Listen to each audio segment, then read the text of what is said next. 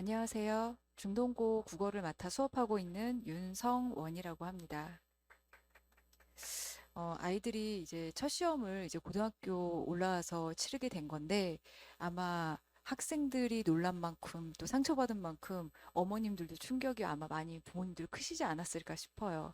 근데 사실 그게 중학교 때도 평가라는 걸 하기는 하지만 중학교의 평가와 고등학교의 평가는 평가의 상대적인 어떤 난이도에 있어서도 그리고 내용에 있어서도 좀 많은 차이가 나기는 합니다.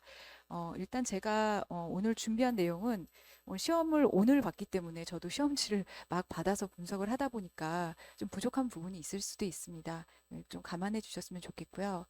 자, 간단하게 이제 중간고사에 대한 분석과 그리고 이 중간고사를 바탕으로 해서 기말고사를 어떻게 준비할지에 대해서 말씀드리도록 하겠습니다.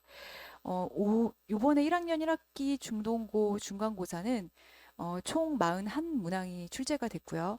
그리고 그 중에서 이제 선택형 문항이 37문항이었습니다.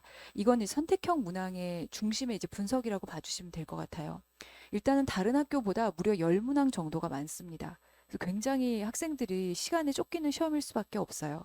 화작이 전체 37문항 중에 2문항이 출제가 됐고요. 문학이 37문항 중에 20문항, 그리고 이제 문법, 어휘가 37문항 중에 15문항이 출제가 됐습니다.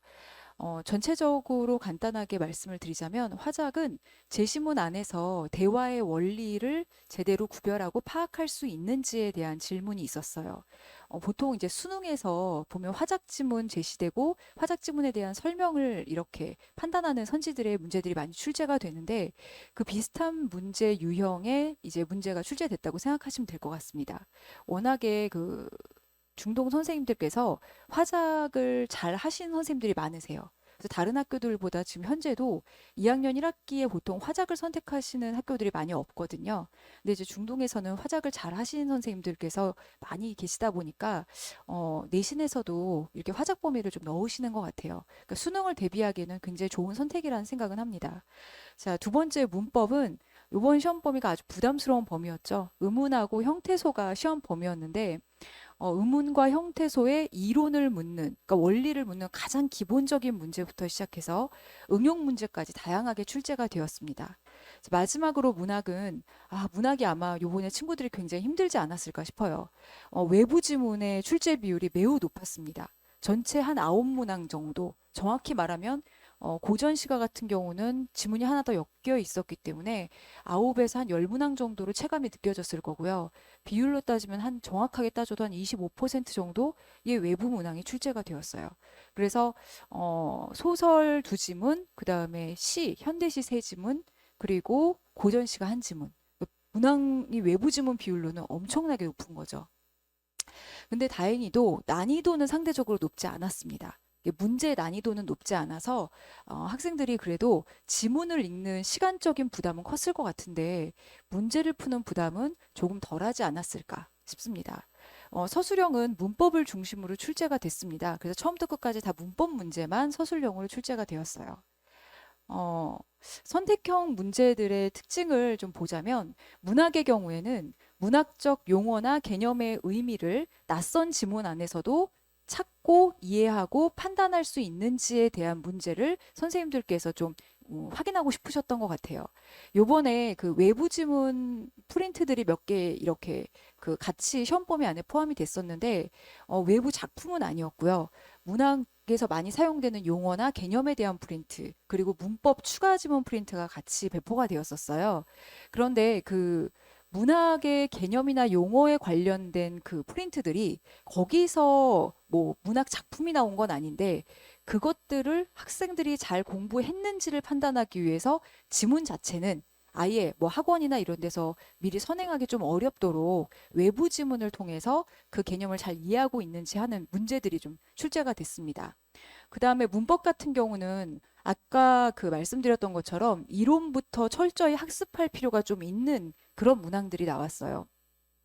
학교 프린트가 이제 2장 정도 의문하고 형태소로 이제 배포가 되었는데 거기에 있는 이론, 그러니까 용어들이죠. 하다못해 뭐 자모음의 발음 방법부터 그리고 뭐 의문과 형태소의 어떤 개념 정의, 그리고 뭐 어미라든가 접사 이런 의미까지 정확하게 좀 잘 외우고 갔어야지 시험을 볼 때 좀 시간도 줄일 수 있고 판단도 명확하게 할 수 있는 데 도움이 되지 않았을까 하는 생각이 듭니다. 그리고 말씀드렸던 것처럼 낯선 지문이 많았죠. 근데 낯선 지문의 이 난이도는 그렇게 높은 편은 아니었어요. 아까 말씀드렸던 소설 두 지문이 하나는 이인국 박사 나오는 그 껍빛단 리라는 작품이 출제가 됐고요. 그리고 또 하나는 이제 최척전이 출제가 되었습니다. 학생들 입장에서는 아마 고전 소설인 최척전의 부담이 컸을 거예요. 그런데 껍빛단 리 같은 경우는 저도 이미 그 미스터 방 과제를 내주면서 거기 연계 지문으로 과제에 이미 나갔던 것이기도 하고, 그리고 워낙에 두 작품을 많이 엮어서 문제 출제를 기존에 하고 있었던 거라 작품 자체에 대해서 막 예상하지 못했던 막 그런 기야말 그런 충격은 아니었을 것 같고요. 시간이 좀 부족했을 것 같습니다. 그리고 이제 문학에서는 아까 문학 시 같은 경우는 역시 뭐 정희성 시인의 숲이라든가 아니면 뭐 맹인 부부 가수 정호승 시인의 그리고 나이덕 시인의 뭐 산속에서 이런 시 세 작품이 출제가 되었는데 그 세 작품 전부 원래 그 기존의 요번에 시험 범위 안에 있던 뭐 내가 사랑하는 사람 이런 작품들과 많이 연계가 되는 작품들이었어요. 그래서 그것도 아마 과제를 통해서 봤었기 때문에 아이들이 그렇게까지 막 놀라워하진 않았을 것 같습니다. 최척전만 좀 부담스러웠을 것 같아요. 최척전이 고전이기도 하고 그리고 고전이 좀 읽히는데 속도가 좀 걸려요. 최척전을 기존에 알고 있었다고 하더라도 그 지문 자체가 워낙 긴 산문이어서 봤던 부분이 또 나왔을 정확하게 일치하기는 좀 힘들거든요. 그래서 제가 생각했을 때 이 중동 선생님들께서 기존에 예전에, 그러니까 올해 말고 예전에 그 지문 요약에 대한 서술형을 많이 오랫동안 출제를 하셨었는데 그때 쓰시던 외부 지문들이 고전 산문, 독서 이런 여러 지문들을 쓰셨었거든요. 근데 그거를 아예 지금은 선택형 문항으로 바꿔만 놓으신 듯한 느낌이에요. 그러면 이제 학생들이 공부할 때 뭐가 중요하냐? 일단 시간과의 싸움이죠. 시간을 줄이는 게 너무 어려워요. 자, 제가 요번에 그 아이들 시험 보기 전에 여러 번의 테스트를 받고 그다음에 파이널 모의고사도 봤는데 그 파이널 모의고사의 난이도가 조금 높은 편이었습니다. 그래서 아이들이 문제 푸는데 제가 무조건 1분당 한 문제씩 풀라고 막 강요를 했어요.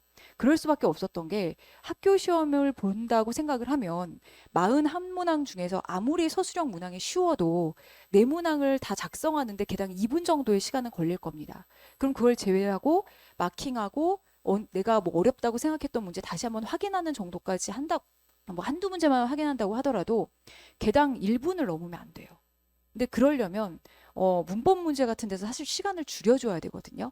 그러니까 문법을 잘하는 친구라고 하더라도 문법 문제를 많이 풀어서 속도를 어느 정도 이렇게 갖추어 준 친구가 아니었다면 아마 요번에 답안 작성하는데 시간이 많이 부족했을 겁니다. 서술형 문제를 뭐 마저 말씀을 드리자면 서술형 문제 같은 경우는 의문 변동과 형태소를 제대로 이해하고 있다면 아마 대부분 학생들이 다 맞았을 거예요. 저희 반 친구들도 서술형 문제를 틀린 친구들은 거의 없어서 제가 봤을 때는 공부만 열심히 했다면 괜찮았을 것 같아요. 근데 이제 이것도 마찬가지죠. 이제 시간 관리와 이제 조절이 좀 여기에서도 승패를 좌우하는 기준이 됐을 것 같습니다. 자, 그래서 저는 뭐 제가 이제 중간고사를 대비할 때도 이 말씀을 드리기는 했었었는데 학습에서 가장 중요한 건 반복이라고 생각합니다. 그러니까 반복과 복습이 가장 중요하죠.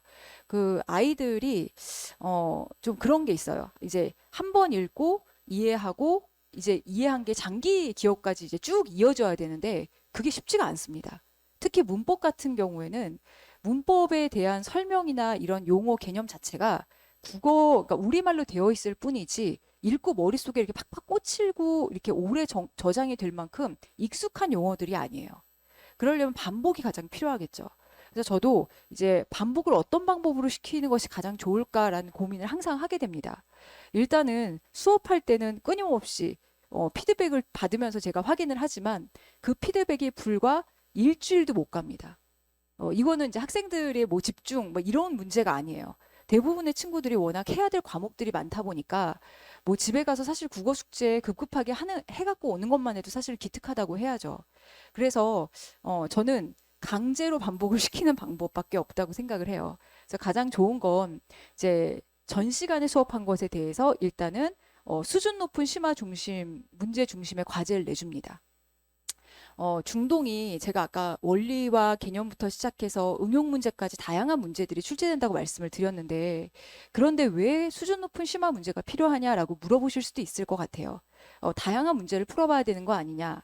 그런데 수준 높은 심화 중심의 과제를 하다 보면, 그러니까 난이도가 높은 문항들을 풀다 보면 상대적으로 난이도가 낮은 문항들은 쉽게 쉽게 풀게 됩니다.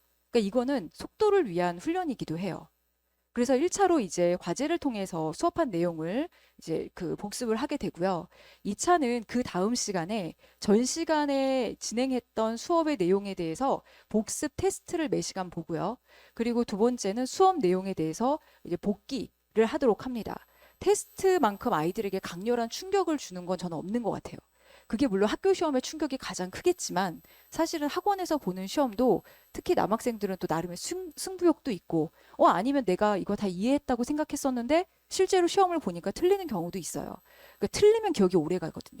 그러니까 저는 아이들에게 숙제도 대충 알 것 같으면 그냥 틀려버리라고 해요.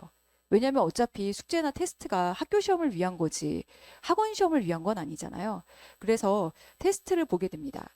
테스트는 요번에 제가 이제 문학을 그 문학 문제를 보면서 학교에서 기출하셨던 문학 문제를 보면서 제가 내가 이거를 하길 잘했구나 생각했던 것 중에 하나가 전 시간에 문학에 대한 테스트를 볼 때 객관식, 그러니까 선택형 문항도 보지만 전 OX 테스트도 봅니다.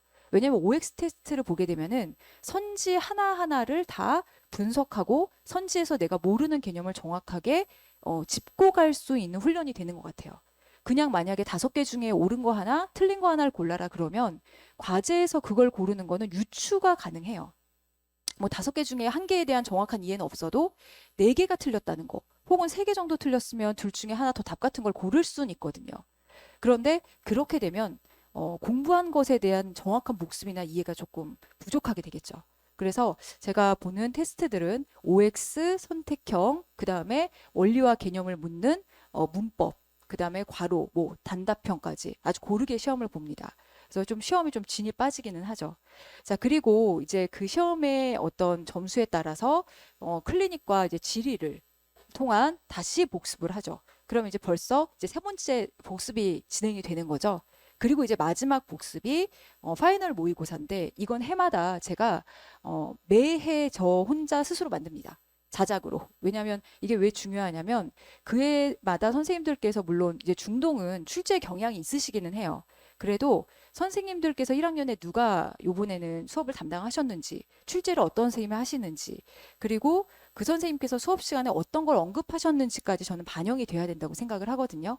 그래서 다행히 요번에도 제 파이널 모의고사와 학교의 시험이 많이 유사한 부분이 있어서 아이들에게 도움이 되지 않았을까. 그런 생각을 하고 또 제가 고생한 보람이 있어서 좀 뿌듯했습니다. 그리고 이제 직전 보충에는 그 전에 이제 학교 기출 같은 걸 통해서 또 다시 분석을 재복습을 하죠. 그래서 복습을 계속 반복하게 되기 때문에 저는 이게 반강제로 약간 세뇌를 시키다시피 하는 암기라고 생각을 하거든요. 그래서 이런 이제 과정을 거치고 나면 이제 파이널 모의고사, 이거 제가 이제 만들었던 파이널 모의고사인데 요번에 학교의 문제 유형과 출제가 비슷했던 것들을 이제 몇 개 모아봤습니다. 그래서 이런 식으로 이제 학교 시험이 출제가 됐고요. 요번에는 이제 개강이 5월 17일 날 이제 6+1로 수업을 시작하게 될 텐데, 아까 말씀드렸던 것처럼 수업은 일단은 수업 자체에 대한 어떤 그 저의 지향점은 항상 완벽한 이해를 기본으로 해야 된다고 생각해요. 그러니까 작품, 문학 작품이라면 작품에 대한 정확한 이해가 있어야 돼요.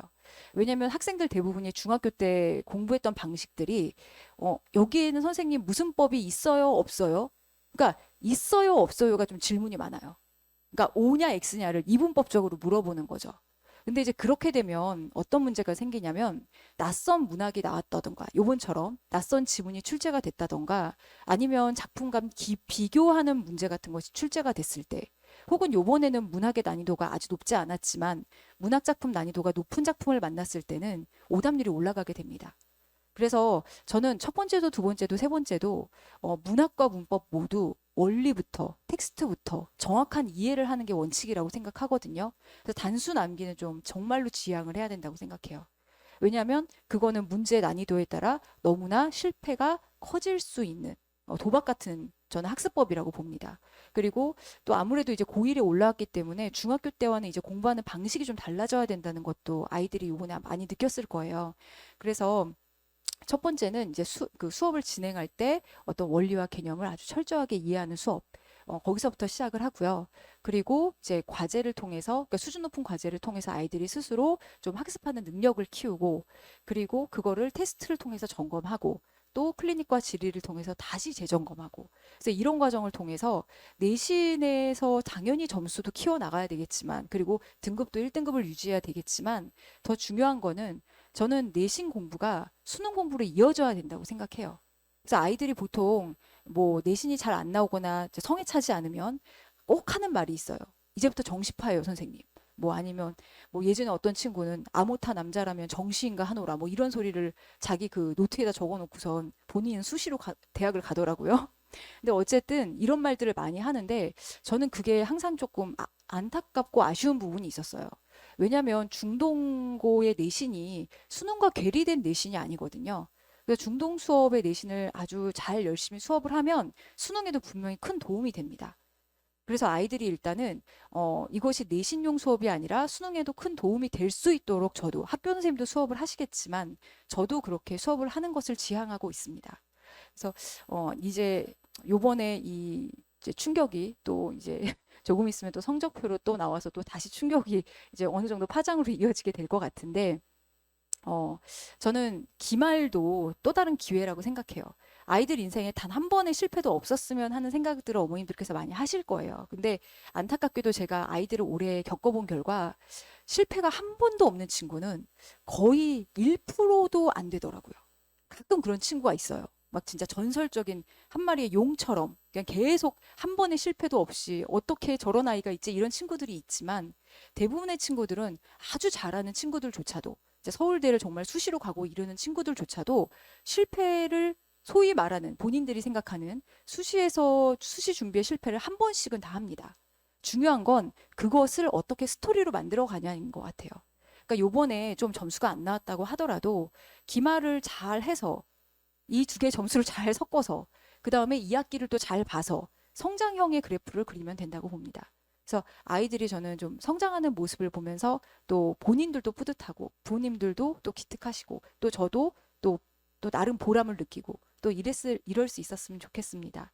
귀한 시간 내주셔서 감사하고요. 혹시 질문이 있으시면 제가 간단하게 질문을 받도록 하겠습니다.